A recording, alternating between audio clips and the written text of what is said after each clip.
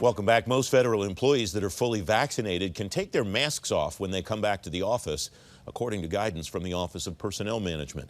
Each agency and each location, though, may have different rules, and the rules for contractors are less clear on masks and vaccines. Stephanie Kostro is Executive Vice President for Policy at the Professional Services Council. Stephanie, thanks very much for coming on. How important is consistency in the guidance for vaccinated contractors about all of these things, especially about the vaccinations? And what do we know about what the government can and can't ask or make contractors do? Thanks so much for that question. As you know, or as you can imagine, this is a huge issue for the contracting community, not only in Washington, D.C., but elsewhere around the country and around the world. Consistency is key, and that is something that we've not seen a lot out of the federal government, whether it's the civilian agencies or the defense agencies. We've been getting mixed messages, and that's a real problem for contractors. How are the messages mixed, and where is consistency important? Is the consistency that you're referring to that in one particular location, employees and contractors have the same policies applied to them? Or is it important that within a particular agency, the policies are consistent? Or what, maybe all of that, or maybe something else, Stephanie? No, that's a great set of questions. Consistency is key across the board, particularly where contractors are working side by side in the same physical workspace as government employees, whether they're civil servants, foreign service officers, or military personnel.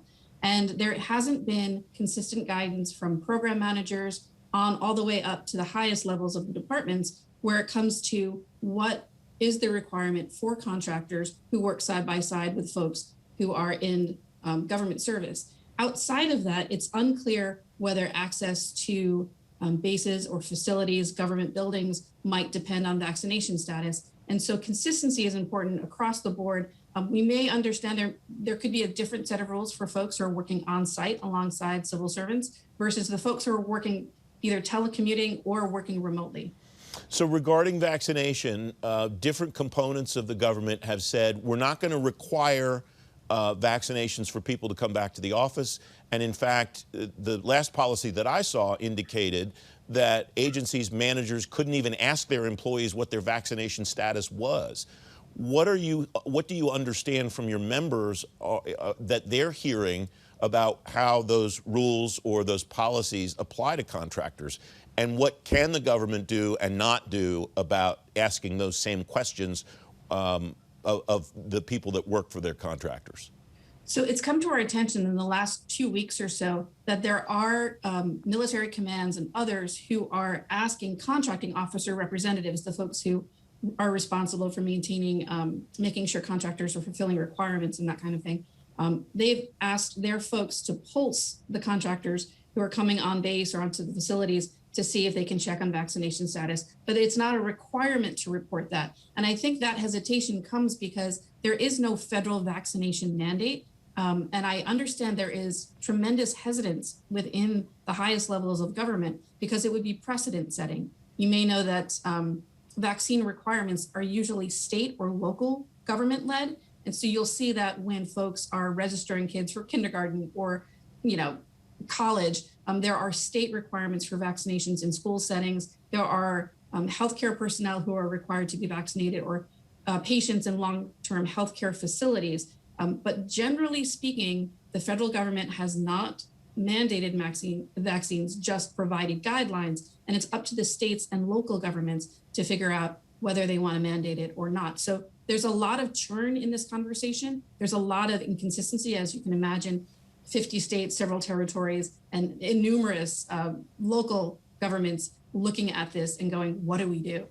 I know it wouldn't be entirely clarifying, Stephanie, but would it at least be helpful for the government to say, whatever we're applying to the federal workforce, we're also going to apply to the contracting workforce? Would that at least be a step toward the clarification and the consistency that you think is important?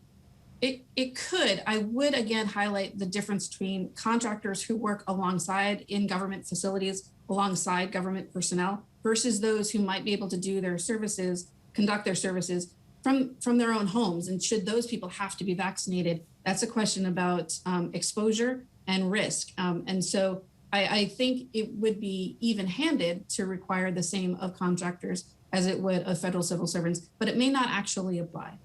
Do we know anything about vaccination percentages among the contracting workforce?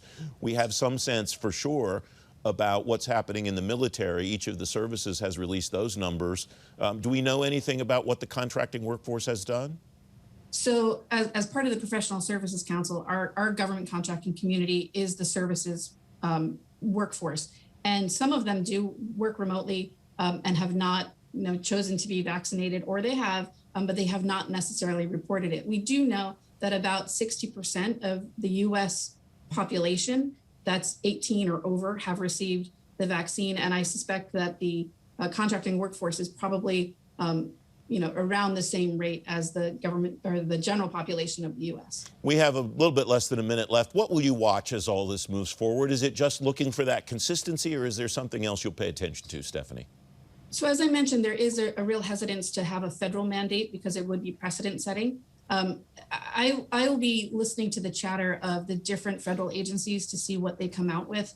Obviously, there are some proponents, some in the healthcare industry who are going to be vaccinated, others who are in the tech industry who, again, working remotely, or some have even moved out of the state and into a different state, and they continue to do their job 100% meeting requirements.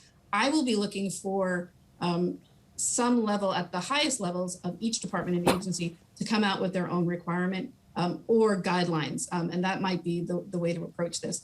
I will be also working with member companies and the government contract community writ large to find out what are they requiring on their own and laying that against what the government might be requiring or setting guidelines for. Stephanie Kostro, thanks very much for joining me. Thanks so much for having me.